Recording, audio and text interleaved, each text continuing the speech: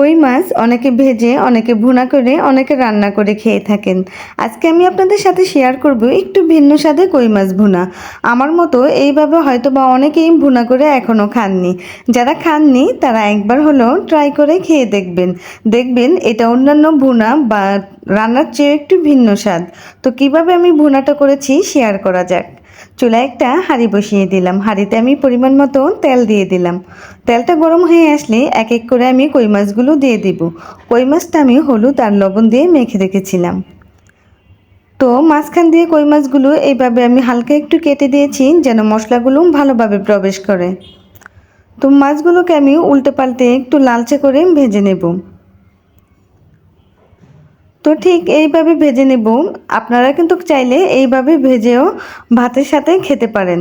তো যেহেতু আমি ভুনা করব, ভুনাটা কীভাবে করব সেটাই আপনাদের সাথে শেয়ার করছি। তো ভেজে রাখা সেই তেলটা আমি চুলার উপর দিয়ে দেব। তো তেলটা গরম হয়ে আসলে আমি এখানে পেঁয়াজ আর কাঁচামরিচ কুচি দিয়ে দেব।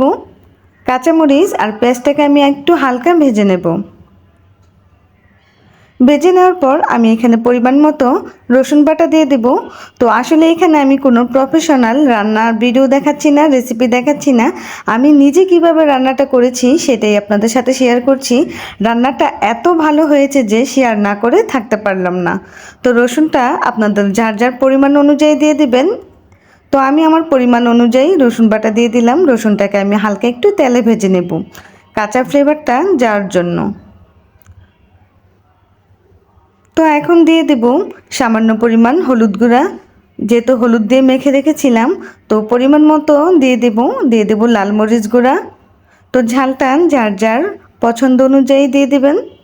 দিয়ে দেব স্বাদ মতো লবণ, যেহেতু লবণটাও আমি মাছের ভাজার সময় দিয়েছিলাম। তো এখন এটাকে একটু হালকা ভেজে তারপর এখানে পরিমাণ মতো পানি দিয়ে দেব। একটু ভালোভাবে মিক্স করে দেব।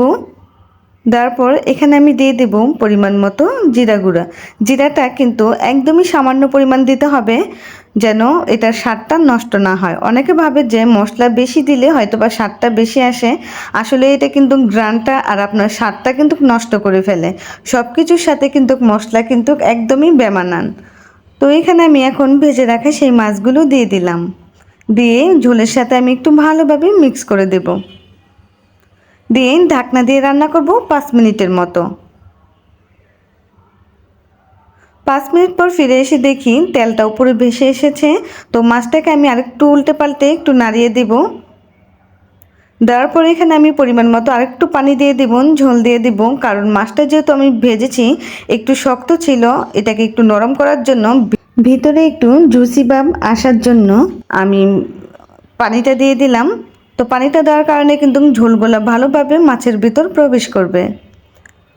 তো এইভাবে আমি প্রায় আরও 5 মিনিট রান্না করার পর মাছটা প্রায় ভুনা ভুনা হয়ে আসছে।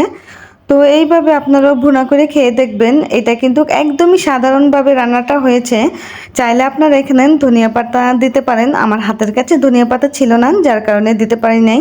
তো এইভাবে মশলা কম দিয়ে এইভাবে ভুনা করে খেয়ে দেখবেন যে আসলে এটা একটু ভিন্ন রকম স্বাদ। তো আমার ভিডিওটা ভালো লেগে থাকলে অবশ্যই আমার পেজে একটা ফলো দিয়ে যাবেন আর ভিডিওটা কেমন লেগেছে অবশ্যই জানিয়ে যাবেন।